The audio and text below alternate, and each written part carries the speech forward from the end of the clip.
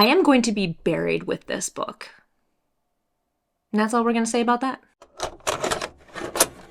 Well, hello, my beautiful reader friends, and welcome back, or welcome for the first time if you are new here. My name is Lori Beth, and I am so happy that you stumbled upon my little corner of the internet, aka my booktube channel, where I like to talk about all things bookish. So today's video is going to be a little bit different than what I've done recently, and that's because I had some inspiration from some inquiries recently about the tattoos that I have. If you have seen some of my previous videos, or even some of my previous vlogs where I have actually taken you guys to go get a tattoo with me on more than one occasion, I believe. I think I have 2 vlogs where I got tattoos, which kind of tracks. I am personally always inspired by day-to-day life on what my next tattoo might be, and I have definitely been inspired by books that I have read in the past as well. With the inquiries about what my tattoos mean or where my tattoos came from, the question is always kind of hard to answer, as I just love art and I love tattoos and I love expressing myself in that way. But I had this thought: what if I could take the tattoos that I have on my body and relate them to books that I have read before? So that is what we are going to do in today's video. We are going to go over a list of books that somehow relate to the tattoos that I have on my body. And we are only going to go over some of the tattoos that I have, because if I'm being honest, if we went over all of them, we would probably be here all day. And there are some that you guys can't see, if you catch my drift. So what I think we're gonna do for the flow of this video is I am going to take some still photos of the tattoos that we are gonna go over and put them on screen. That way I'm not trying to awkwardly show them to you while sitting down on camera. And each tattoo that we go over, I am going to coordinate a book to that tattoo, or at least something that I feel like represents that tattoo. Now, some of these were very obvious for myself, and some of them I had to really dig deep into my arsenal to try to find something that related to the tattoo itself. But regardless, I am so excited to go over the list of books that I have with you guys today. And before we jump in, I am going to take a moment to thank the partner of today's video, which is Parchment Parcel, another amazing female-owned small company that sells tons of bookish clothing items and accessory items from some of your favorite authors. If there's one thing that I love more than books themselves, it's displaying my love and passion for those books on my persons at all times, which when I saw that Parchment Parcel had a Jane Austen line, I was over the moon, because Austen is and always will be one of my favorite classics authors. And again, collections from so many authors that you know and love. The website is full of amazing products that you can scroll through, and I will link the website down below as well as the Instagram, and you can use my code LoriReadsThings to get a discount on anything that you buy from the shop. I am also super excited to announce that they are going to release a When the Moon Hatched line very soon, which I have not read that book yet, but I have heard nothing but good things about it. And if I'm being honest, the merchandise that is coming out that there is a sneak peek for on Instagram has gotten me even more excited to pick up that book and start it soon. So don't forget to check out that website, link down below, and don't forget that you can use the code LoriReadsThings so you can get yourself a discount on anything in the shop. And once you get yourself some amazing new merchandise, come back to this video and drop in a comment below what you decided to pick for yourself.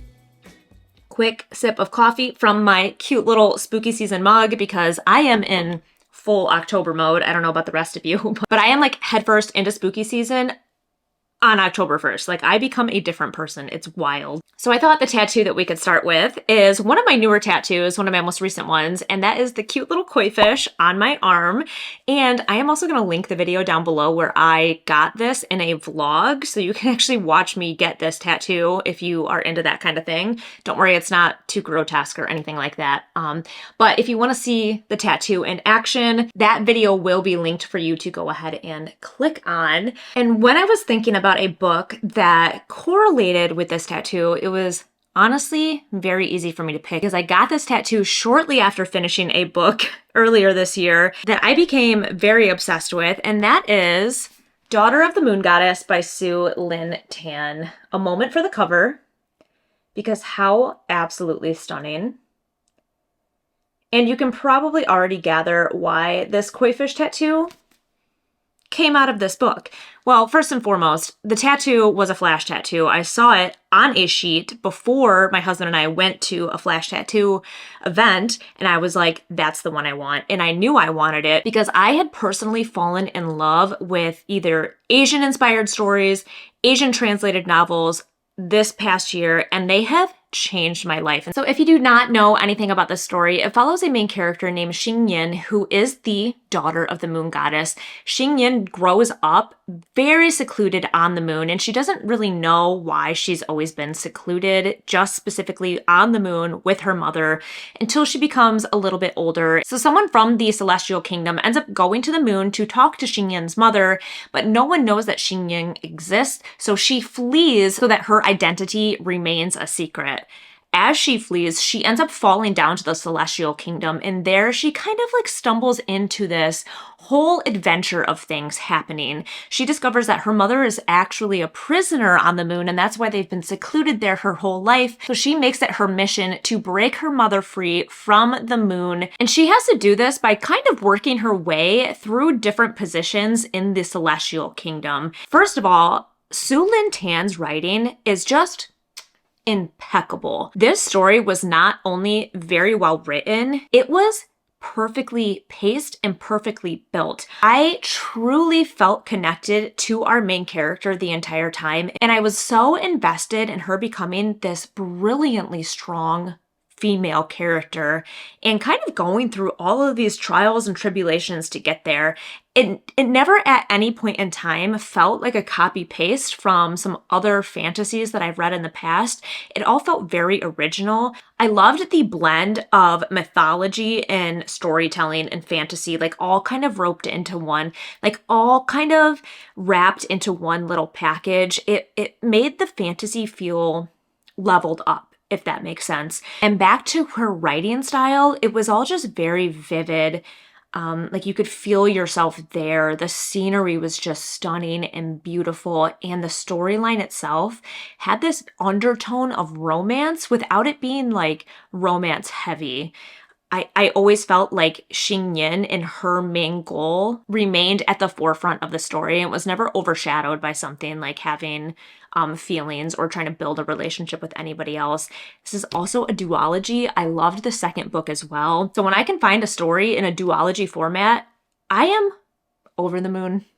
Pun intended on that one. So at the end of the day, what really inspired me to correlate this tattoo with this book was that Chinese mythology and everything that is kind of described in the book. I felt like the koi fish is a perfect representation for this story. And if you haven't picked this one up yet, highly recommend. Oh, it's so beautiful. All right, next tattoo on my list is my cute little planchette that I have on the same arm, and perfect timing for spooky season, if you don't mind me saying so.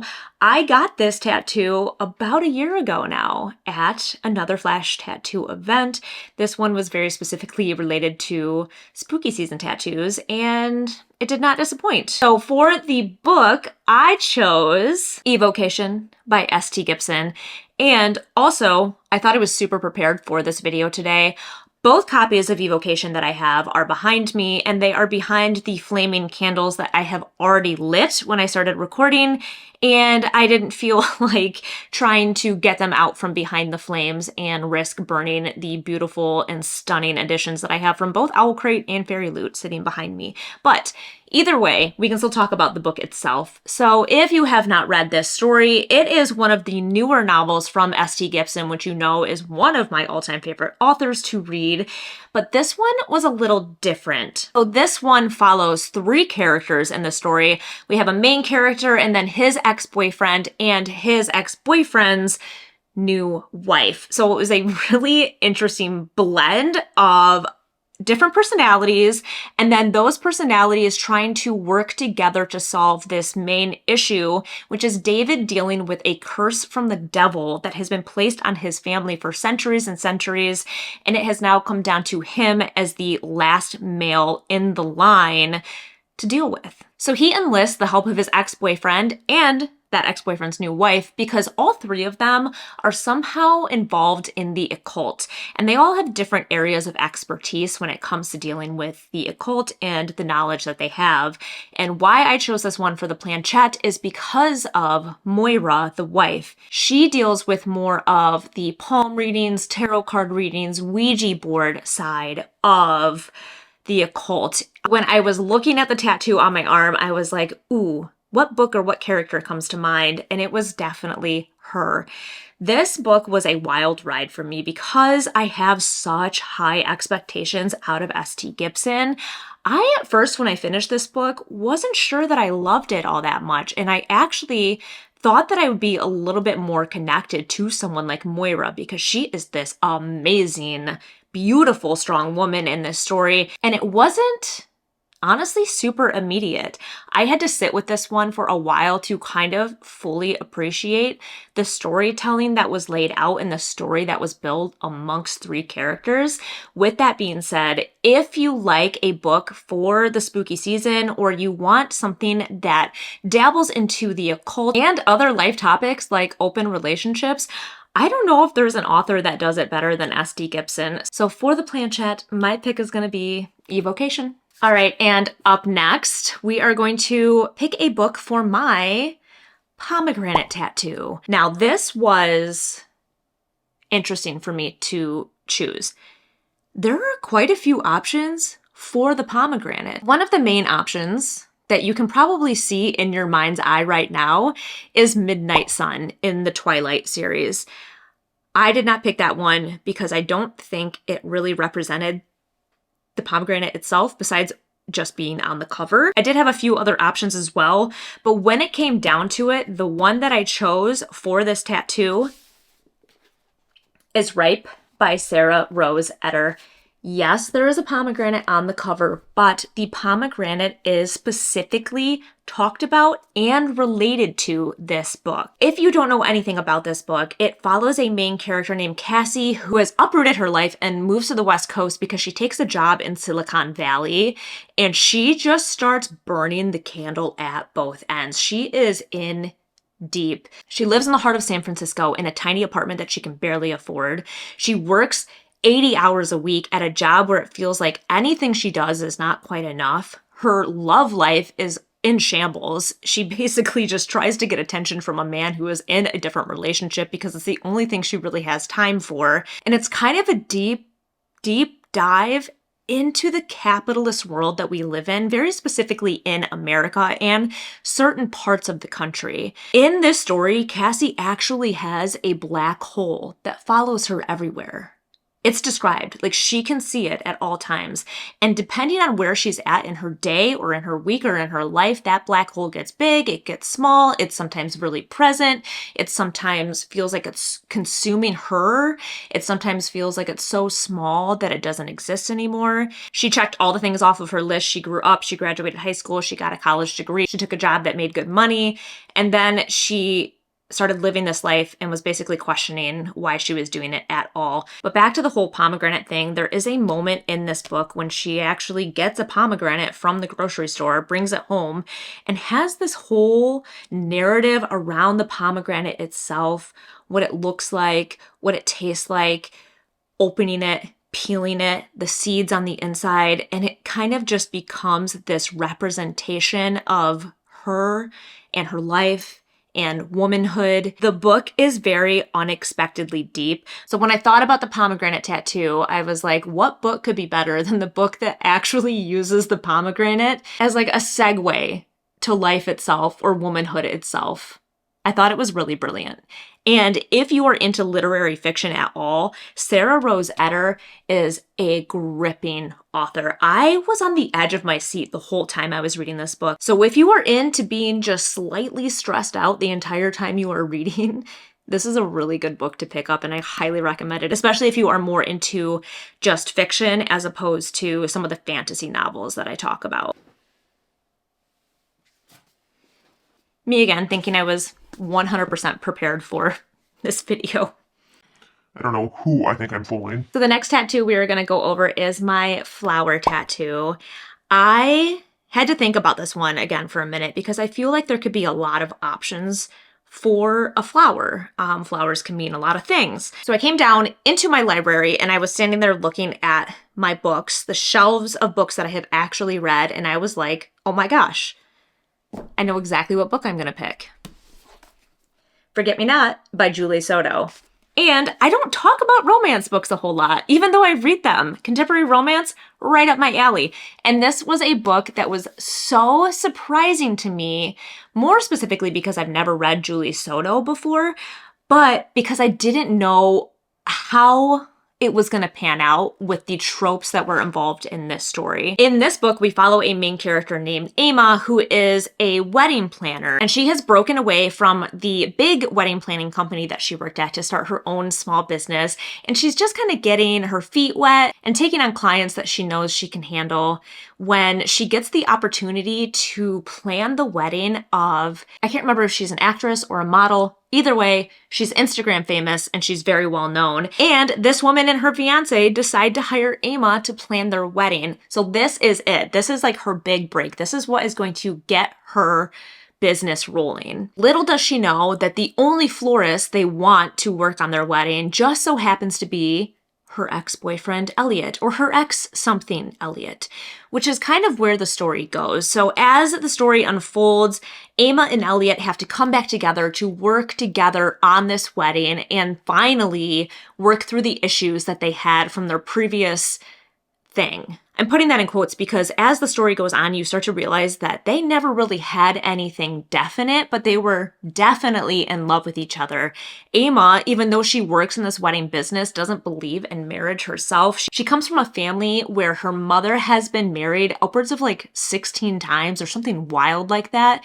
So she's always kind of thought the idea of marriage is just kind of pointless because if you can do it that willy-nilly, then what's the whole point? Until, of course, she meets Elliot and she kind of questions everything she's always thought about herself and relationships. Either way, I thought the setup of this story was different, and that's why I was kind of reluctant going in. I'm not gonna lie, some of the romances I've read have been kind of like copy-paste of each other, but that's what I've liked about them. You kind of, it's like a sense of security, like a little security blanket. You know what you're gonna get when you pick up a book, and the tropes in this one were a little bit different than what I had read before. But why I picked this one specifically for my flower tattoo is because Elliot is the florist in this story, and he is a brilliant florist, something that he didn't even realize he had a natural talent for until he started letting himself go and fall in love with that part of his life. He also has flower tattoos himself, so very important flowers to him. He gets tattooed on his body, and of course, one of those flowers is in relation to Emma, which she discovers throughout the book, and it was just so cute and so sweet. I really liked the other side of things when it comes to the romance. We have in the forefront this wedding where it's all about love and romance and being with someone and getting married. And on the other side, we have these two people that are struggling just to do that. I thought it was a really cute story. I, of course, loved how it ended up. If you are looking for a romance with a different storyline, I would highly recommend this one. I definitely plan on reading more Julie Soto down the line. All right, up next is one of my favorite tattoos. That's a lie. I love all my tattoos. It's really hard to pick. I start talking about each one individually and I'm like, oh my God, I love that tattoo. But it is one of the largest tattoos I have, and it is my tiger tattoo. This one took me a minute. I had to really sit and ponder this one because I was like, have I read any books with tigers in it? Yeah, I think I have, but they didn't feel quite right. The tiger to me represented something different, and it was more of a character. So when I thought about a character that could be a tiger, the only one that came to mind, Selena Sardothian from Throne of Glass by Sarah J. Maas. And I gotta be honest with you, I don't think that I've talked about Throne of Glass specifically on this channel that often, which is wild. I've talked about a lot of Sarah J. Maas before, but I don't think I've ever really gotten into my love for not just this book, but this entire series. I'm going to keep this one short and sweet because I think most of us know the synopsis of Throne of Glass and the entire series in itself. But I think this was my first eye-opening experience to a completely unapologetic female. Like, in my opinion, Selena Sardothian, she don't give a flying about what you want. She is going to do what she needs to do to get. And I'm not gonna lie, I think when I first started the book, I was a little taken aback by it, and I almost didn't want to like her. And I think that is my own brainwashing from the climate that I grew up in, where females that are kind of unapologetic and bossy are rude and unlikable. But as the story went on, I fell so deeply in love with her as a main character, and all of the sacrifices that she made to get the people of this world to the greater cause. Like, I finished the series and I sobbed. I didn't want to let her go. I didn't want to let the world go. I didn't want to let any of this go. So again, when it came to picking the perfect character for my tiger tattoo, for something that represented a tiger, someone that accomplished and did the things that needed to be done no matter what was standing in their way, and that was Selena Sardothian from Throne of Glass and also the entire series. But whew, we should probably cut this off here because I'll probably start crying. So let's move on. Okay, so one of my newest additions on the back of my arm, which is unfortunately kind of hard to see on camera. You might have seen it if you follow me on Instagram. Sometimes I have pictures of myself on there, which is not all that often. But it has made an appearance more there than I think here because of where it's placed. And that is my tarot card tattoo that is labeled The Reader. And the book that I decided to relate to this tattoo, Sorry Not Sorry, One Dark Window by Rachel Gillig. Again, a moment for the cover. I love holding these up to the camera because I am sometimes still blown away by cover art. I am a sucker for a cover. And again, I've talked about this story time and time again. I just can't help it. This is one that will stay with me for a very long time, and another duology that I love dearly and will hold in my heart probably until the day I die. Again, I'm going to keep this one short and sweet because I've talked about the synopsis of this one so many times. But for those of you that don't know, the magic system in this book revolves around a deck of cards. This deck of cards is not technically a deck of tarot cards, but they very much so mimic a deck of tarot cards, in my opinion. So the deck of cards that they have is how people use and wield power. There's different cards like the Chalice card, the Maiden card, the Shepherd King card, which is like the main card of the entire deck. So I couldn't help it. When I think of cards and I think of magic, I will always think of One Dark Window. And again, if you are into dark, gothic, romantic, atmospheric books, especially a duology that revolves around magic, my friends, what are you waiting for? This is the duology of your dreams. And we're gonna wrap up the synopsis of that one there because I am sure you were tired of hearing me talk about it. But with that being said, please, when you finally read it, come back and let me know what you thought. All right, hang in there with me, friends. We only have a few more, and this is why I decided not to go over every single tattoo because we would literally be here all day together. And the next tattoo we are going over is the planets that are on the inside of my bicep. So I'm not gonna lie, this one also took me a minute, and I was hard pressed, honestly, to find a book that I had read that has either discussed planets, had planets on the cover, or talked about space at all. And I was like, space. NASA. Love on the Brain by Ali Hazelwood. Look at me, never really talking about romance, and now talking about 2 romance books in one video, and an Ali Hazelwood at that. I have talked about Ali Hazelwood before and my love for her, and she is kind of one of those romance authors where the more you read her books, the more you get kind of a template of what her books are going to be like. But again, it gives you that really really satisfying feeling of you know what you're gonna get and you know you're gonna love it. I sometimes just need that in a book. I need to know that I'm gonna like this when I start it. So specifically in this story, and why I chose it for the planets, is because we follow a main character named B who gets enlisted to work on this major project for NASA. She gets relocated to NASA to work on this project, and when she gets there, lo and behold, she discovers that one of the main scientists on this team is her arch nemesis. Of course it is. And so ensues this delicious little enemies to lovers story.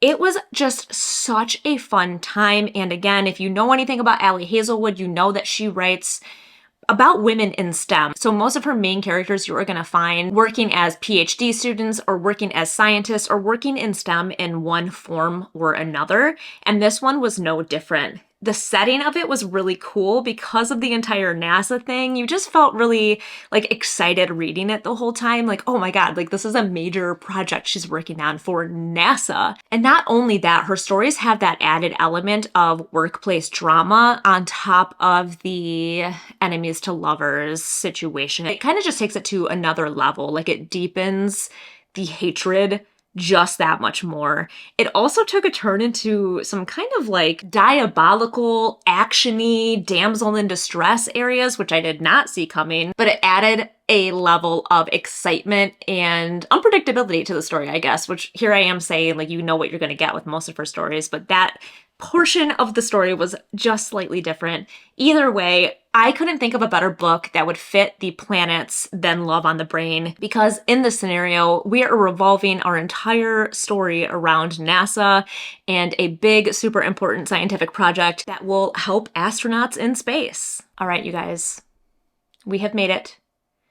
We have made it to the last tattoo we are going to talk about today and the last book that we are going to talk about today. And that tattoo is my Memento Mori quote on the inside of my bicep. And the book that I related to it at the drop of a hat, didn't even have to think about it, was Ninth House by Leigh Bardugo. And you probably hate me for talking about this book more than any other book ever. I think this is probably, like, if I had to go back and count the amount of times I talked about this book in the videos that I have posted, it's probably like 80% of the videos.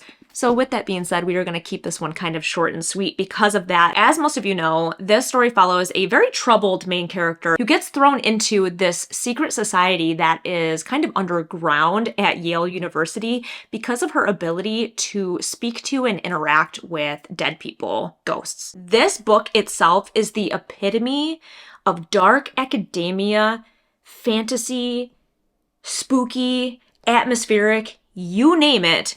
It is all bundled into this beautifully delicious book that I have made my entire personality at this point. And why I chose this one specifically for the Memento Mori is because of the setting. We follow not just the main character, but all of the characters that are involved in Ninth House or in this secret society. And they are elbow deep in Latin and Latin translations and old libraries full of Latin books. There could not be a better option to represent the term Memento Mori than a dark academia novel, but not any dark academia novel.